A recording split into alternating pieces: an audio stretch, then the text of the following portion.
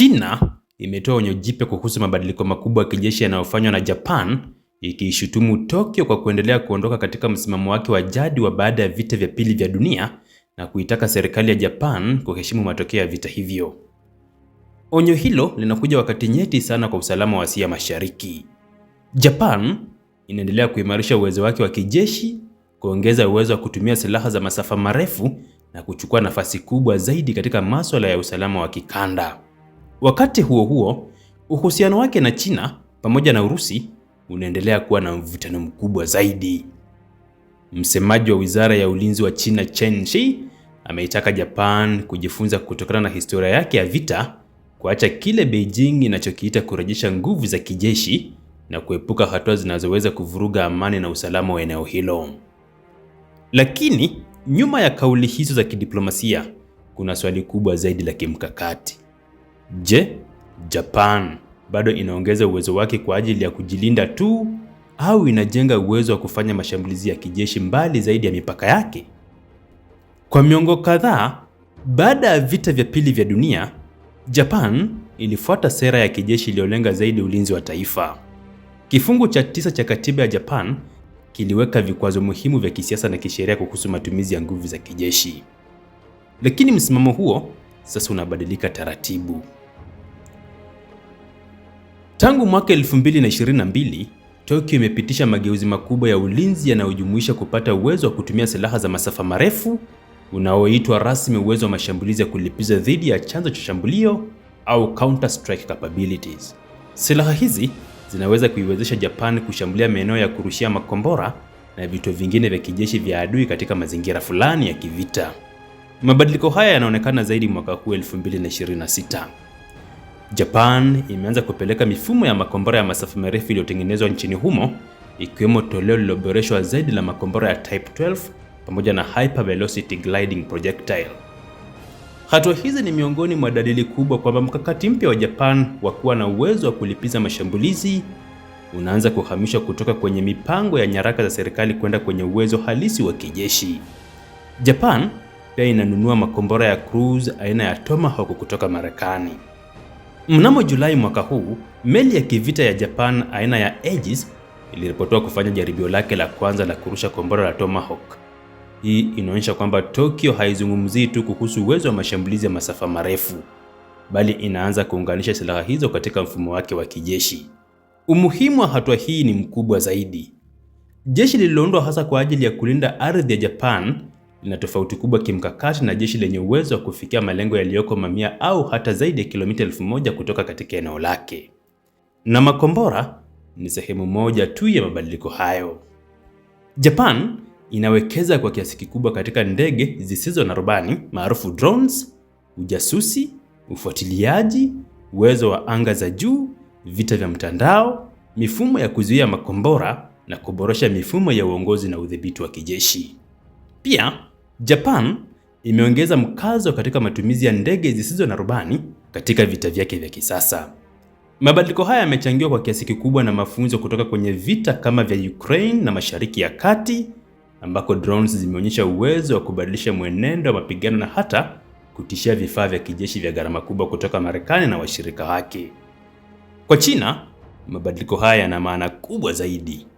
Japan iko katika eneo muhimu la Pacific ya Magharibi, karibu na rasi ya Korea, bahari ya Mashariki ya China, Taiwan na China yenyewe.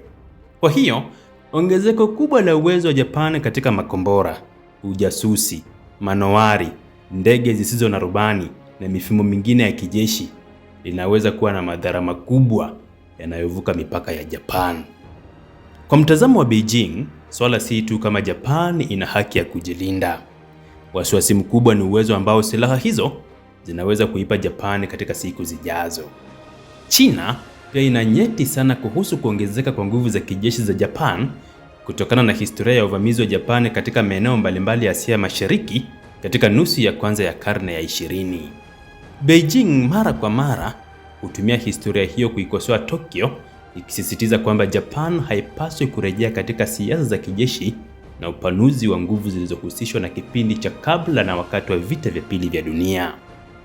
Sasa, swala hilo limeanza pia kuhusishwa na Urusi. Japan bado inadai umiliki wa visiwa vya kusini vya Kuril ambavyo Tokyo huviita Northern Territories. Urusi ndio inayovishikilia visiwa hivyo ambavyo vilichukuliwa na Umoja wa Kisovieti mwishoni mwa vita vya pili vya dunia. Mgogoro huo wa ardhi bado ni mojawapo ya masuala makubwa ambayo hayajatatuliwa kati ya Moscow na Tokyo.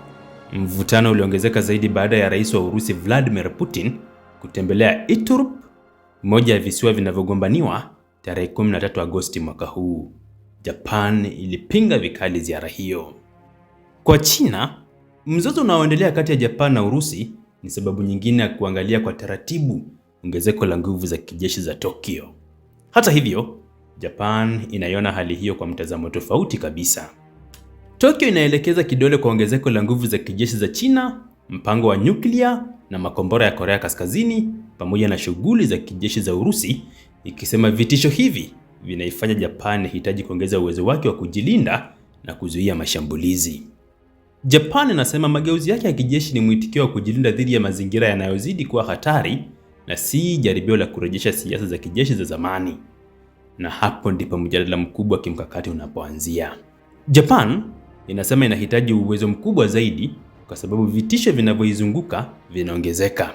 China kwa upande mwingine inasema hatua hizo za Japan zenyewe zinaweza kuwa ni chanzo kipya cha tishio. Hii inazalisha kile kinachojulikana kama security dilemma, hali ambapo nchi moja inapojaribu kuongeza usalama wake, nchi nyingine huanza kujiona iko katika hatari zaidi kutoka kwa jirani yake.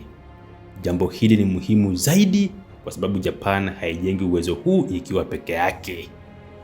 Tokyo imeongeza ushirikiano wake wa kijeshi na Marekani pamoja na washirika wengine wa kikanda.